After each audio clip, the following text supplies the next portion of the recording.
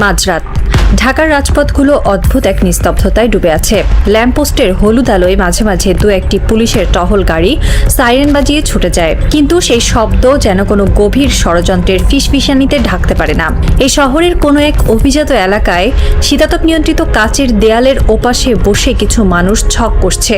তারা কেউ ক্যামেরার সামনে আসে না, কেউ তাদের চেনে না, কিন্তু তাদের হাতের ইশারায় একটি রাষ্ট্রের ভাগ্য নির্ধারিত হয়। তারা হলো সেই ডিপ স্টেট, অদৃশ্য রাষ্ট্রযন্ত্র। আর এই যন্ত্রের রিমোট কন্ট্রোল যাদের হাতে, তারা সীমানার ওপারে বসে মুচকি হাসে। রাজনীতি কোনো সরল রেখায় চলে না। এটি এমন এক দাবা খেলা যেখানে বীরেরা কখনো জানতে পারে না যে তারা কেবলই বলি হওয়ার জন্য জন্ম নিয়েছে। বাংলাদেশের রাজনীতির ক্ষেত্রে এই দাবার বোর্ডটি নিয়ন্ত্রিত হয়ে আসছে বহু দশক ধরে, বিশেষ করে সেই 1971 সালের পর থেকে। তবে এর চূড়ান্ত রূপরেখা বাস্তবায়িত হতে শুরু করে এরশাদ আমল থেকে। একটি মাস্টার প্ল্যান যাতে দেশটিতে এমন এক ধরনের লিমিটেড ডেমোক্রেসি বা নিয়ন্ত্রিত গণতন্ত্র বজায় থাকে, যার ভেতর দিয়ে খুব সন্তর্পণে বিদেশি প্রভাব, বিশেষ করে ভারতের প্রভাব বিস্তার করা যায়। বলা হয়ে থাকে, তুমি যদি তোমার প্রতিবেশীকে খুশি রাখতে না পারো তবে তোমার ধ্বংস অনিবার্য। এই একটি মন্ত্র বাংলাদেশের রাজনীতিতে গেঁথে দেওয়া হয়েছে অত্যন্ত সুনিপুণভাবে। তুমি ভারত বিরোধী, তাহলে তোমার রাজনৈতিক ক্যারিয়ারের সমাপ্তি এখানে। আর এই প্রভাব বিস্তারের মাধ্যমগুলো শুধু রাজনৈতিক চাপেই সীমাবদ্ধ থাকেনি। দিনের পর দিন, বছরের পর বছর ধরে টাকা, নারী, গাড়ি বাড়ি কিংবা হানি ট্র্যাপের মতো ব্ল্যাকমেইলিং টুলস ব্যবহার করে দেশের শীর্ষস্থানীয় রাজনীতিকদের কিনে নেওয়া হয়েছে।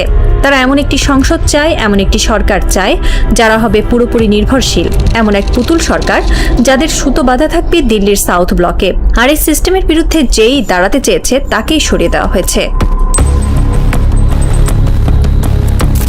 হাদি ছিলেন সেই অল্প কয়েকজন মানুষের একজন যিনি এই অদৃশ্য সিস্টেমের চোখে চোখ রাখার দুঃসাহস দেখিয়েছিলেন। তিনি বিশ্বাস করতেন পরিবর্তন সম্ভব। তিনি এমন কিছু সত্য জনসম্মুখে এনেছিলেন যা সিস্টেমের ভিত্তিমূলে কাঁপন ধরিয়ে দিয়েছিল।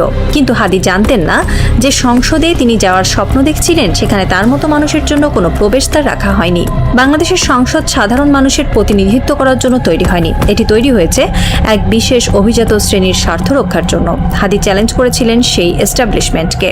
আর এর পরিণতি মৃত্যু। কেন হাদিকে মরতে হলো? কারণ তিনি এমন এক ভাষায় কথা বলছিলেন যা ডিপ স্টেটের জন্য অস্বস্তিকর ছিল। তাকে থামানো জরুরি হয়ে পড়েছিল। নির্বাচন বা আইনি প্রক্রিয়া তাকে আটকানো কঠিন ছিল বলেই তাকে চিরতরে সরিয়ে দেওয়া হয়। হাদির মৃত্যু কোনো সাধারণ দুর্ঘটনা ছিল না, এটি ছিল সিস্টেমের পক্ষে একটি স্পষ্ট বার্তা। আমাদের ছকে যে আসবে না তার কোনো অস্তিত্ব থাকবে না। রক্তে রঞ্জিত হয়েছিল রাজপথ। জুলাই মাসে সেই উত্তাল দিনগুলোতে মানুষ স্বপ্ন দেখেছিল এক